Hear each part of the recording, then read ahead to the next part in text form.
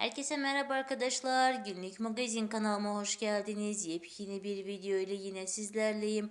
Arkadaşlar, ünlü oyuncumuz olan Özge Yağız'dan yepyeni kareler gelmekte devam ediyor. Bildiğiniz gibi Özge Yağız tatilde arkadaşlar. Restorandan görüntülerini ve bazı görüntülerini bizlerle paylaşmış. Şimdi gördüğünüz gibi Özge Yağız şömine başında arkadaşlar çok güzel bir fotoğraf paylaşmış. Gerçekten Özge Yağız çok güzel, onun naifliği, onun güzelliği kıskanılır ve çok beğenilir arkadaşlar. Bildiğiniz gibi Özge Yağız'ı bir tek ülkemizde değil, yabancı ülkelerde de onu çok seviyorlar ve beğeniyorlar. Özge Yağız güzelliğiyle herkesin dilinde ve herkes tarafından beğenilmiş bir oyuncu.